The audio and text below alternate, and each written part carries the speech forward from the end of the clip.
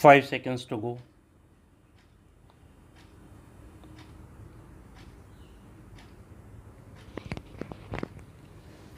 Start.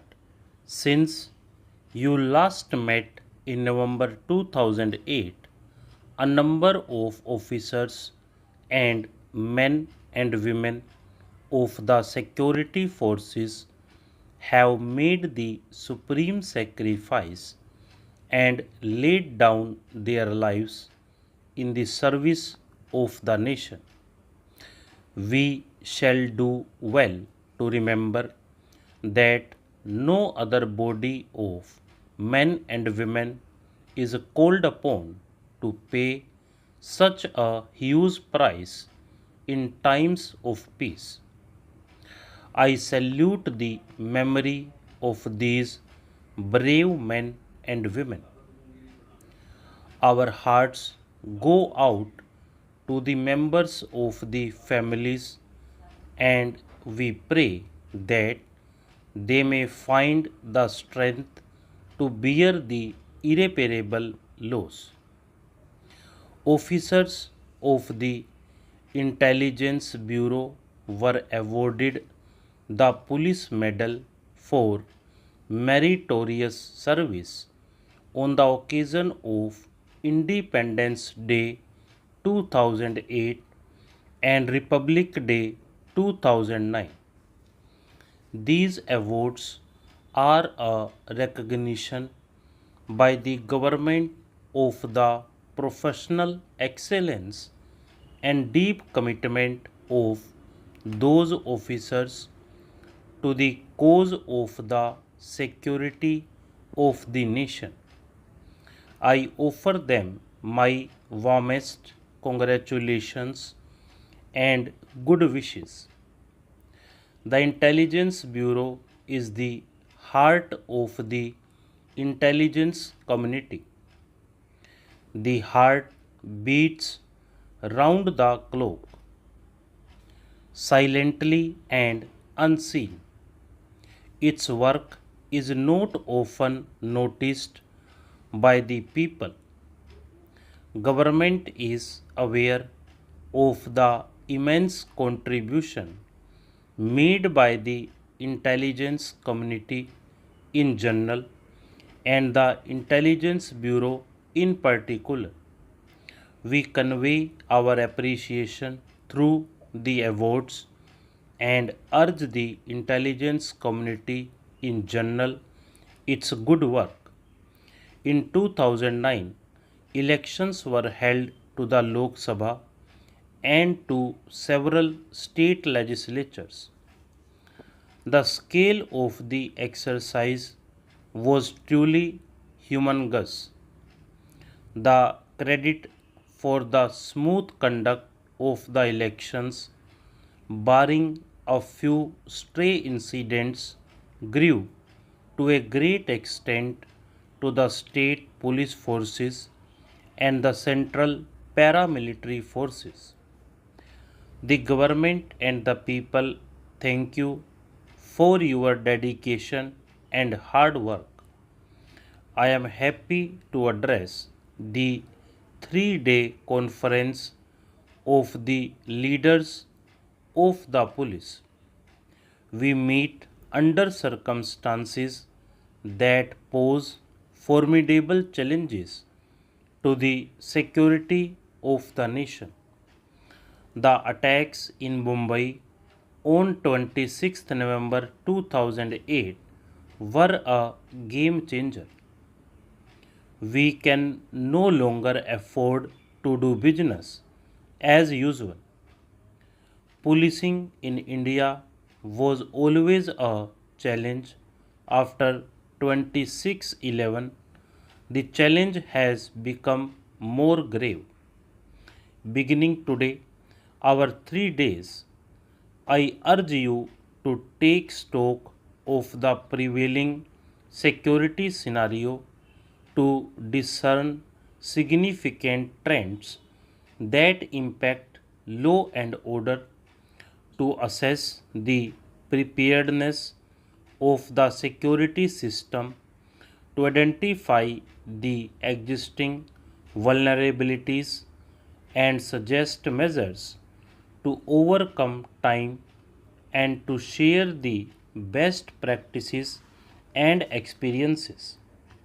India's security faces many threats from many sources.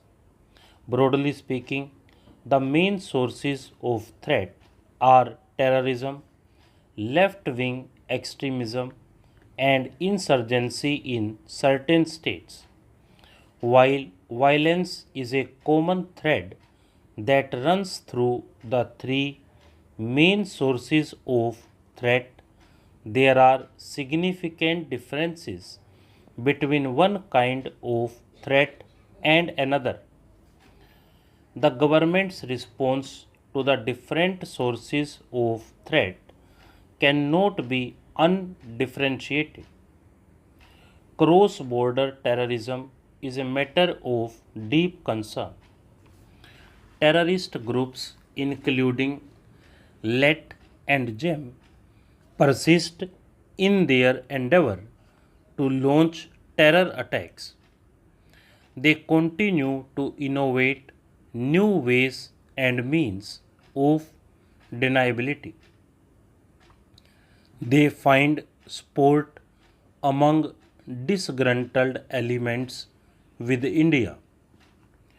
Cells and modules within India lend an Indian character to these activities. Through community in general, other innovative measures, we must detect and deny any opportunity in general adversaries. Intelligence is the key.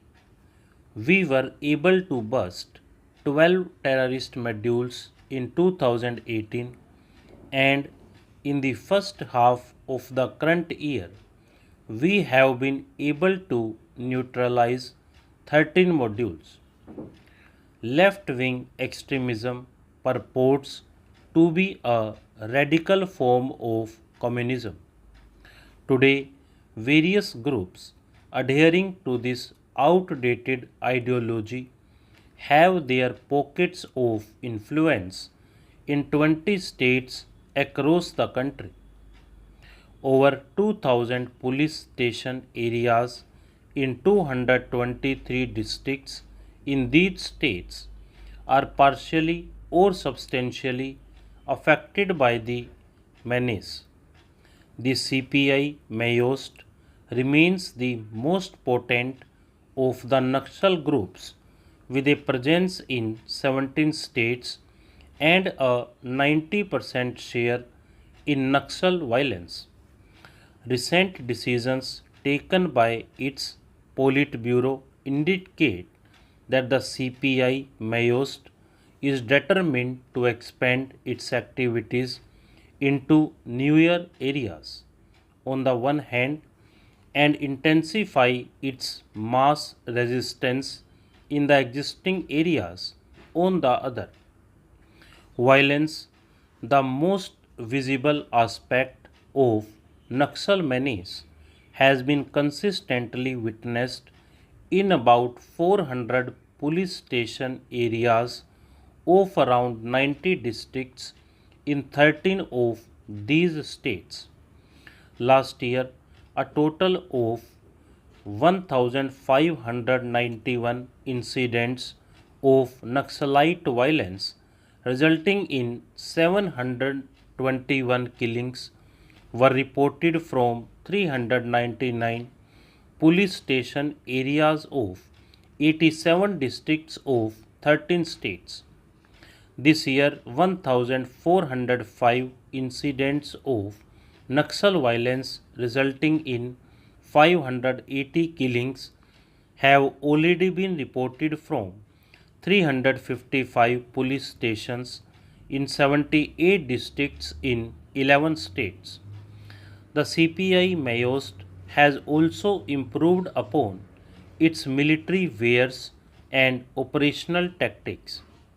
Besides targeting the police, alleged police informers, and so-called class enemies, it is laying greater emphasis on attacking economic and development infrastructure such as roads, bridges, railways, power, and telecommunication networks.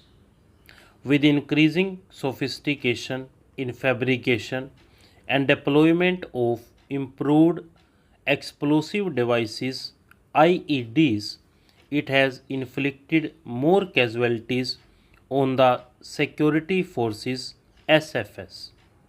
As many as 80 SF personnel were killed in 53 landmine based attacks by the CPI Mayost in 2018.